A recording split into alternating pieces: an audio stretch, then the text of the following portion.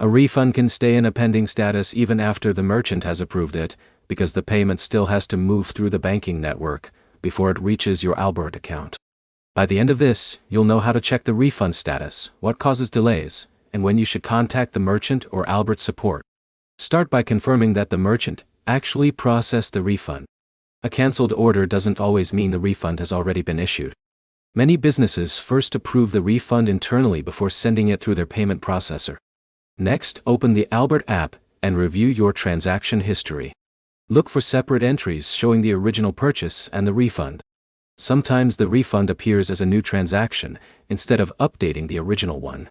If the refund still shows as pending, give the banking system time to complete the processing. A pending status usually means the transaction is moving through the payment network and hasn't been fully settled yet. Avoid making multiple inquiries immediately after requesting the refund.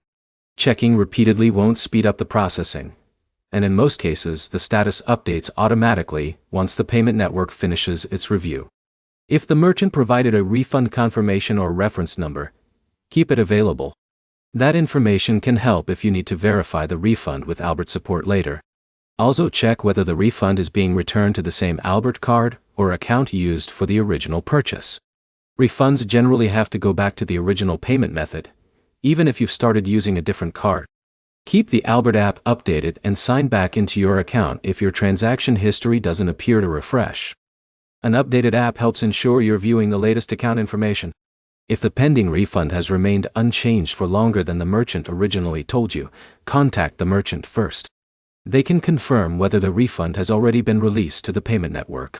If the merchant confirms the refund was processed, but it still isn't available in your Albert account, contact Albert support.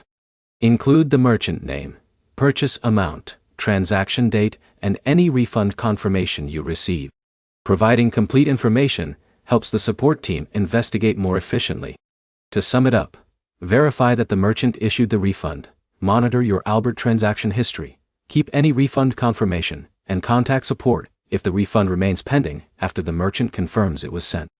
Next, compare your merchant confirmation with the transaction history in the Albert app before taking the next step.